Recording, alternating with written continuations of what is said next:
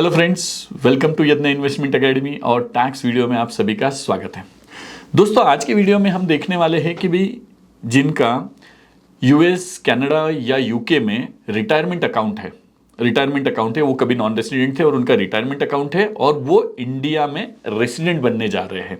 तो ऐसे सिचुएशन में टैक्सेशन का क्या होगा या उनको किस चीज़ का ध्यान रखना है। तो दोस्तों, वीडियो को शुरू करने से पहले हम ये समझते हैं कि जनरली रेसिडेंट के लिए टैक्सेशन कैसे होता है जब ओवरसीज इनकम होता है। जनरली जब कोई रेसिडेंट होता है तो उसको ग्लोबल इनकम जो है वो उसके इनकम में ऐड होता है और ग्लोबल इनकम पे टैक्स उसको लगता है। तो मान लो मैं इंडिया में हूं, मुझे यूके में या यूएस में कोई इनकम है, तो यूएस का इनकम है तो यूएस वाला यूएस का इनकम टैक्स करेगा। और क्योंकि मैं इंडियन रेसिडेंट हूं तो इंडिया वाला भी, इंडियन टैक्स अथॉरिटी भी उस इनकम को इंडिया में ऐड करेगा और उस पर टैक्स लगाएगा। अब हुआ ऐसा है कि भाई यूएस ने, क्योंकि यूएस में इनकम अर्न हुआ है तो उसने उस पर टैक्स लगा दिया, और क्योंकि मैं रेसिडेंट इंडिया का हूं तो मुझे इंडिया में भी टैक्स लगा, तो डबल टैक्सेशन हो गया। इसलिए DTAA के बेनिफिट के अंडर में सेक्शन 90 और 91 है हमारे पास में इनकम टैक्स में, जो ये बोलता है कि भाई आपको जो फॉरेन में जो टैक्स भरा गया है उसका रिलीफ हम इंडिया में दे देंगे। जो फॉरेन में टैक्स भरा है उसका रिलीफ इंडिया में मिल जाएगा। तो उसके लिए जो भी प्रोसीजर होती है, फॉर्म फाइलिंग 67 वगैरह जो भी फाइलिंग करना होता है वो करके इंडिया में आपको उसका टैक्स बेनिफिट मिल जाएगा, मतलब आपको उतना टैक्स क्रेडिट मिल जाएगा। You will not be doubly taxed. इसीलिए DTAA होते हैं, सेक्शन 90, 91 हमारे लिए वही देते हैं। अब ये जब इतना स्ट्रेट है तो हमारे पास में कॉम्प्लिकेशन कहाँ है? आज का वीडियो बनाने का पर्पज यही है क्योंकि जब मैं इंडिया में रेसिडेंट बन रहा हूँ, मैं कभी फॉरेन में था, मैं कभी यूएस में था, जहाँ पे मैंने रिटायरमेंट अकाउंट ओपन किया, 401k बोल दो आप, for the time being RRA account मेरा है वहाँ पे। अब वो जब मैं इंडिया में आ रहा हूँ तो वो वहाँ पे कंटिन्यू है और वहाँ पे वो अकाउंट जो है वो एवरी ईयर कुछ ना कुछ इनकम अर्न कर रहा है। उसमें डिविडेंड आ रहा है, इंटरेस्ट आ रहा है या कैपिटल गेन्स आ रहे हैं, पर वहाँ पे उस इनकम को वो गवर्नमेंट टैक्स नहीं करती है क्योंकि यूएस का रूल ये बोलता है ट्रेडिशनल IRA के लिए, ट्रेडिशनल 401k जो है, ट्रेडिशनल 401k रिटायरमेंट पे जब वो मैच्योरिटी होगा, मैच्योरिटी पे टैक्स करेंगे।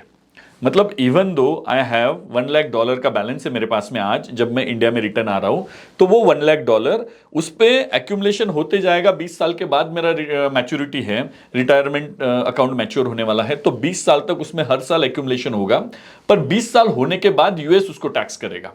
बट वैसा क्यों हो रहा है वो? क्योंकि यूएस के रूल वैसे हैं, यूएस का लॉ वैसा है कि भाई retirement account, the traditional 401k account will be taxed eight retirement. But India, वो तो यूएस का रूल है, इंडिया बोलेगा कि भाई because you are Indian resident, आपका ग्लोबल इनकम में टैक्स करूंगा। अब ग्लोबल इनकम टैक्स करेंगे तो जो ट्रेडिशनल 401k अकाउंट है, मतलब जो रिटायरमेंट अकाउंट है, उस रिटायरमेंट अकाउंट में जो भी पैसा अक्यूमुलेशन में आ रहा है, may be in the form of dividend है, इंटरेस्ट है, कैपिटल गेन्स है, उसी की वजह से वो बढ़ रहा है। तो ये जो फॉर्म में आ रहा है वो तो मैं उसी साल में टैक्स करूंगा, इवन दो वहां पे अक्रूवल एवरी ईयर है, पर यूएसए बोल रहा है कि भाई मैं उसको रिटायरमेंट पे टैक्स करूंगा या मैच्योरिटी पे टैक्स करूंगा। But India don't have such kind of law. India बोल रहा है कि भाई जब आपने अक्रू किया है वहां पे तब मैं इंडिया में टैक्स करूंगा। अब इंडिया उसको टैक्स कर लेगा। अब यहां पे टैक्स हो गया, कोई प्रॉब्लम नहीं, पर जब मैच्योरिटी आएगी तो यूएस वो $1 लाख के $3 लाख हो जाएंगे 20 साल के बाद में, तो ऊपर के जो $2 लाख का एक्यूमुलेशन है वो उसको टैक्स करेगा। अब ऑलरेडी मैंने इंडिया में टैक्स भर दिया है, US again will go and tax that amount at maturity, तो ये डबल टैक्सेशन होगा। और प्रॉब्लम यहां आएगा कि भाई मैं इंडिया वाले क्रेडिट कहां पे देंगे जब हमने यूएस में टैक्स ही नहीं भरा इस साल में। मान लो $1 लाख का जो अकाउंट था बैलेंस मेरा, उस पर $10,000 अर्निंग होगी 10% से। अब इंडिया में तो आया, उसने 30% से टैक्स कर दिया, टैक्स भर दिया। अब यूएस ने कोई टैक्स ही नहीं भरा, यूएस तो मैच्योरिटी पे भरने वाला है, यूएस तो मैच्योरिटी पे टैक्स करने वाला है, तो यहां पे क्रेडिट ही नहीं मिलने वाला है। और ऐसा कोई मैकेनिज्म अभी है नहीं कि भाई वो मैच्योरिटी पे जो टैक्स होगा उसका क्रेडिट यहां पे कैसे लेंगे हम। पहले आज मैं भर रहा हूं और 20 साल के बाद जो टैक्स भरने वाला उसका आज कैसे क्रेडिट लूंगा मैं? तो कोई मैकेनिज्म ही नहीं है। तो ये डबल टैक्सेशन का जो सिचुएशन था उसको हैंडल करने के लिए गवर्नमेंट ने एक रूल लाया। इनकम टैक्स में एक सेक्शन इनकॉर्पोरेट किया, पुराने लॉ में 89A था, जो कि नए लॉ में 2025 में 158 हो गया। सेक्शन 89A और 158 अभी हम वेरी फर्स्ट टाइम ये सारे सेक्शन और ये जो है दोनों एक्ट के बता दे रहे हैं, उसके बाद में हम बस रेफर करेंगे उसको। तो सेक्शन कौन सा है?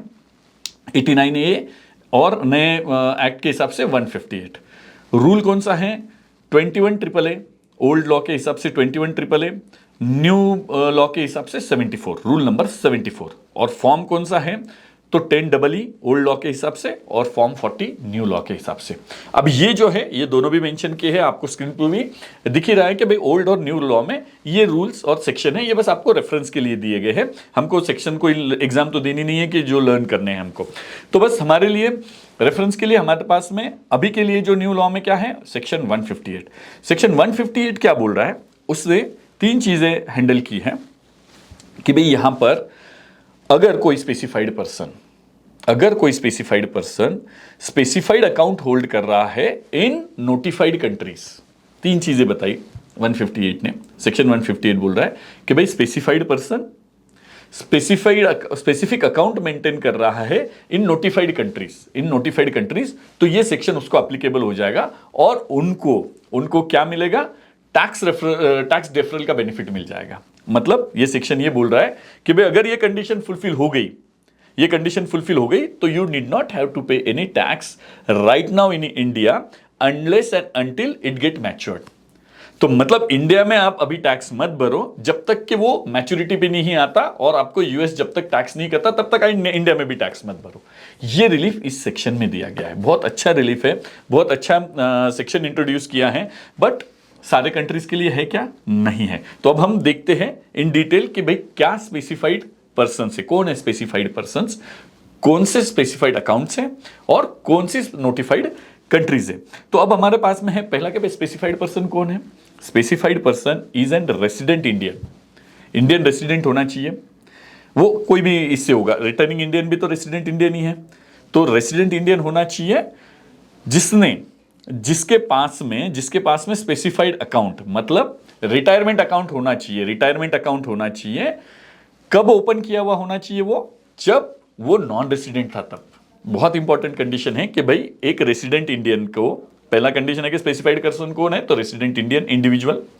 उसके पास में रिटायरमेंट अकाउंट होना चाहिए, फॉरेन कंट्री का रिटायरमेंट अकाउंट होना चाहिए। वो भी कब ओपन किया हुआ? जब वो नॉन रेसिडेंट था। मैं यूएस में जॉब कर रहा था, तब मैंने रिटायरमेंट अकाउंट 401 के ट्रेडिशनल 401 के लिया हुआ था, तो वो मेरे पास में है। पर मैं अब रिटर्न आ गया हूं इंडिया में, मैं रेसिडेंट बन गया, पर अकाउंट तो वहां पे है।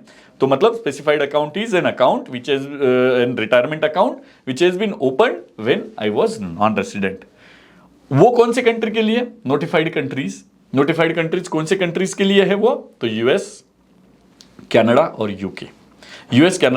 अभी तक सिर्फ 3 ही कंट्रीज नोटिफाई की है, which is not very good thing, but majority हमारे काफ़ी लोग इंडियंस काफ़ी यूएस में, यूके में हैं, कनाडा में हैं, तो इसलिए उस वे में मेजोरिटी लोगों को उन्होंने कवर तो कर ही लिया। तो कौन सी नोटिफाइड कंट्रीज है? मतलब एक रेसिडेंट इंडियन का अगर रिटायरमेंट अकाउंट यूएस में, कनाडा में या फिर यूके में है तो ये सेक्शन एप्लीकेबल हो जाएगा। और अगर वो स्पेसिफाइड फॉर्म जो स्पेसिफाइड फॉर्म उन्होंने बताया है और जो रूल में कंडीशंस जो दिए हैं वो अगर फुलफिल करते हैं तो उनको टैक्स डेफरल का बेनिफिट मिल जाएगा। उनको हर साल जो इन अकाउंट्स पे अक्रूवल्स आ रहे हैं उस पे टैक्स भरने की जरूरत नहीं पड़ेगी। तो हम समझते हैं एग्जाम्पल से कि अब हमने जो $1 लाख का एग्जाम्पल लिया, अब $1 लाख का जो एग्जाम्पल था हमारा, उस $1 लाख में फर्स्ट ईयर आया, मैं रेसिडेंट हो गया, मैं इंडिया में आ गया, मैं रेसिडेंट बन गया। अब $10,000 का इनकम अक्रू हो गया। तो $10,000 का इनकम जो अक्रू हो गया तो अब इंडिया टैक्स करने वाला था। तो उन्होंने बोला कि भाई अगर हमारे पास में सेक्शन 158 है तो you go and file form 40 जो 10EE था, पहले के ओल्ड लॉ में 10EE था, अभी न्यू लॉ में फॉर्म 40 है। तो जाओ फॉर्म 40 फाइल करो। कब तक करना है? रिटर्न के ड्यू डेट के पहले।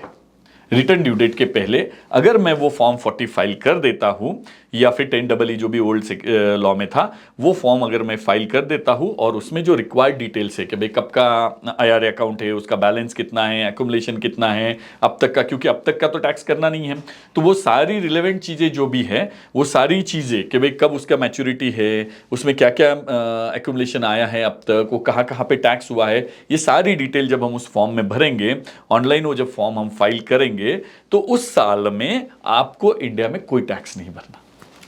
आपका टैक्स जो है वो डिफर हो जाएगा। आपका टैक्स वो डिफर हो जाएगा कब तक के लिए? जब तक कि आपका रिटायरमेंट अकाउंट मैच्योर नहीं होता। जब तक कि आपका रिटायरमेंट अकाउंट मैच्योर नहीं होता, मान लेते हैं फॉर एग्जांपल अभी 5 साल के बाद मैच्योर होने वाला है वो, तो यहाँ पे $10,000 जो आए हैं वो हम एक्यूमुलेट करते चलेंगे, India will not tax you because you file a form. अब ये क्या फॉर्म हमको हर साल फाइल करने की जरूरत है क्या? तो not necessarily, one time form है। आप जब तक रेसिडेंट हो आपको कोई वापस फॉर्म भरने की जरूरत नहीं है। इसके ऊपर डिपार्टमेंट का काउंटर आर्ग्यूमेंट था कि भाई आपने फॉर्म नहीं भरा है तो हम आपका एवरी ईयर आपने फॉर्म नहीं भरा है रिकरिंग बेसिस पे, तो हम आपका ये अलाउ नहीं करते हैं क्लेम। तो वहां पे ITAT का जजमेंट आया, उन्होंने बताया कि भी नहीं, ये फॉर्म एक बार फाइल करो तो भी कोई प्रॉब्लम नहीं है, और उन्होंने वो मुंबई ITAT ने ये जजमेंट दिया। जिग्नेश नरेश जरीवाला ये केस में उन्होंने जजमेंट दिया कि भाई कोई नहीं, एक बार फॉर्म भर दिया आपने, सेक्शन भी वही बोलता है once in a lifetime भरना है, मतलब once in a lifetime मतलब एक ही बार भरना है, जब तक आप रेसिडेंट हो बार बार भरने की जरूरत नहीं है। बट यहाँ पे कुछ कंफ्यूजन की वजह से वो लिटिगेशन में चले गए थे, तो ITAT ने फेवरेबल जजमेंट देके बोल दिया कि भाई एक ही बार फॉर्म भरना है। अब फॉर्म भरा गया, अब फॉर्म भर के हमने इसको डेफर कर दिया। अब डेफर कर दिया तो होगा क्या आगे? अब जब मान लो 5 साल के बाद रिटायरमेंट अकाउंट मैच्योर हो गया, अब now US tax authority will come into picture. वो बोलेंगे कि भाई आपका इतना आया है, इस पे हमने इतना टैक्स कर दिया। Now Indian tax authority will also come into picture. वो देखेंगे कि भाई ये 5 साल का, अब US में तो आपका 15 साल से अकाउंट है, तो वो 15 साल के इनकम पे टैक्स करने वाले हैं। But India will tax you only on 5 years, because आपका तो 5 ही साल में इंडिया में टैक्स होना था, बाकी 10 साल तो इंडिया में टैक्स होना ही नहीं था, वो तो बाहर ही थे आप, तो आप नॉन रेसिडेंट थे, तो इंडिया का कोई सवाल ही नहीं। तो आपने ये 5 ही साल इंडिया में $10,000 एवरी ईयर आपने टैक्स करना था, आपने ये $50,000 पे आपको इंडिया टैक्स करेगा ओवर एंड अबव। इस $50,000 से रिलेवेंट जो भी यूएस ने टैक्स किया है, यूएस ने तो 15 साल का टैक्स कर दिया, पर जो इसी प्रोपोर्शनेटली इस $50,000 के रिलेटेड जो टैक्स किया इन 5 साल के इनकम पे, उतने टैक्स का क्रेडिट भी दे देगा इंडिया। फॉर्म अभी 67 है, नए इसमें शायद 46 कुछ तो भी फॉर्म है उसका नंबर नए रूल्स में। तो वो फॉर्म हम जब रिटर्न के पहले फाइल करेंगे तो हम फॉरेन टैक्स जो हमने भरा है रिटायरमेंट पे उसका टैक्स क्रेडिट भी क्लेम करेंगे। ये सेक्शन आया उसी लिए है कि भाई हमको फॉरेन टैक्स का क्रेडिट क्लेम करते आना चाहिए। तो इसीलिए हमारा इंडियन टैक्स उन्होंने डेफर कर दिया। डेफर करने के बाद जब मैच्योरिटी पे उन्होंने यूएस ने टैक्स किया, तब इंडिया भी टैक्स करेगा और इंडिया टैक्स करके उसका क्रेडिट भी हमको दे देगा। तो ये हो गया प्लेन हमारा सेक्शन 158। उसके साथ में रूल 2 जो भी रूल्स है उसके 74 और फॉर्म 40 वगैरह जो भी है, तो हमारे उस सेक्शन में ये हो गया। अब इन केस ऐसा हो सकता है कि भाई मैंने अभी शुरू किया, मैं रेसिडेंट बन गया, मैंने फॉर्म भी फाइल कर दिया, और फॉर्म फाइल करने के बाद ऐसा हो गया कि भाई मुझे वापस नॉन रेसिडेंट बनने का कारण पड़ गया, मैं वापस जॉब के लिए बाहर जा रहा हूँ। मैंने फॉर्म 40 फाइल कर दिया, यहाँ पे फॉर्म 40 फाइल करके मैंने टैक्स डेफर भी कर दिया, पर अब मैच्योरिटी के पहले 4थे साल में ही मुझे आउटसाइड इंडिया जाने का मौका मिल गया, जो भी रीज़न हो गया कि भाई I again took the job employment in USA और मैं नॉन रेसिडेंट बन गया वापस। अब जब मैच्योरिटी आएंगी तो मैं तो US रेसिडेंट हूं, तो इंडिया का तो कोई राइट बनता ही नहीं है कि भाई US रेसिडेंट को यहां पे टैक्स करें। US रेसिडेंट को US इनकम पे इंडिया टैक्स तो करने वाला ही नहीं है। फिर ये 4 साल का क्या हो गया कि भाई 4 साल हमने टैक्स डिफरल दे दिया, even though India has to take tax from you for this 4 years, but हमने टैक्स डिफरल दे दिया। 5वें साल में जब टैक्स मिलना था इंडिया को, तब आप नॉन रेसिडेंट बन गए, तो उस केस में क्या होगा? जो रूल है इसका 74(4) वो क्लियरली मेंशन करता है कि भाई ऐसी अगर सिचुएशन बनती है कि भाई आपने टैक्स डिफरल क्लेम कर लिया फॉर्म फाइल करके, और आप बिफोर मैच्योरिटी, रिटायरमेंट अकाउंट के मैच्योरिटी के पहले ही आप अगर नॉन रेसिडेंट बनने वाले हो, तो वैसे केस में आपका जो ये टैक्स डिफरल है it will be treated as null and void. आपका ये कोई टैक्स डिफरल ट्रीट कंसिडर होगा नहीं। It will be treated as good as you are taxable since beginning. मतलब ये 4 साल आप टैक्सेबल ही थे, ऐसा ही काउंट होगा। और आपको जिस साल में आप आउटसाइड इंडिया जा रहे हो, आप एनआरआई बनते हो, उसके पहले साल, मतलब मैं 5वें साल में नॉन रेसिडेंट बनूंगा जब रिटायरमेंट अकाउंट मैच्योर होने वाला है, या जो भी है उसके बाद मैच्योर होने वाला है, तो 5वें साल में मैं नॉन रेसिडेंट बन रहा हूं, तो चौथे साल तो मैं रेसिडेंट का रिटर्न फाइल करूंगा। तो चौथे साल में जब मैं रेसिडेंट का रिटर्न फाइल कर रहा हूं, तो उस समय में मुझे इन 4 सालों का इनकम एक्यूमुलेट करके उस साल में जाके उसका टैक्स भर देना है। It is as good as मेरे 4 साल का इनकम वहां पे मैंने टैक्स कर दिया। वहां पे 4 साल में मैंने कोई रिलीफ क्लेम नहीं किया और वो 4 साल का इनकम मैंने वहां पे टैक्स कर दिया। तो यहां पे गवर्नमेंट ने बहुत क्लियर कर दिया कि भाई अगर आप इन बिटवीन भी अगर जाना चाहो, ऐसा नहीं कि भाई आप रेसिडेंट बन गए ना, आपने क्लेम कर लिया तो वो बाहर जा ही नहीं सकते हो क्योंकि आपका टैक्स हमने भरा नहीं है। तो उन्होंने उसके लिए भी प्रोविजन दे रखी है। होप दोस्तों आपको ये बहुत क्लियर हो गया होगा कि भी जब मैं इंडिया में रिटर्न आ रहा हूं तो मेरे रिटायरमेंट अकाउंट पे जो एक्यूमुलेशन आने वाला है, जो अक्रूवल्स होने वाले हैं, वो इंडिया में किस तरह से डिफर करने हैं। मुझे हर साल यहाँ पे टैक्स भरने में कोई प्रॉब्लम नहीं है, बट फॉरेन में भी मुझे, जब मैं यूएस में जब वो मैच्योर हो जाएगा तब अगेन मुझे टैक्स लगने वाला है। ये डबल टैक्सेशन मेरा प्रॉब्लम है। तो इस डबल टैक्सेशन को अवॉइड करने के लिए ये सेक्शन 158 और पहले का जो भी 89A सेक्शन था, वो सेक्शन लाया गया था। और ये सेक्शन हमारे लिए टैक्स डिफरल का काम कर रहा है कि भाई हमने अभी का जो अक्रूवल है उसको डिफर कर दो till the date of maturity. उस समय में दोनों कंट्री टैक्स करेंगे और टैक्स क्रेडिट भी दे देंगे, तो इससे डबल टैक्सेशन नहीं होगा। होप दोस्तों ये वीडियो आपको हेल्पफुल रहेगा। अगर अच्छा लगा है तो लाइक, शेयर और सब्सक्राइब जरूर करें। Thank you for watching the video.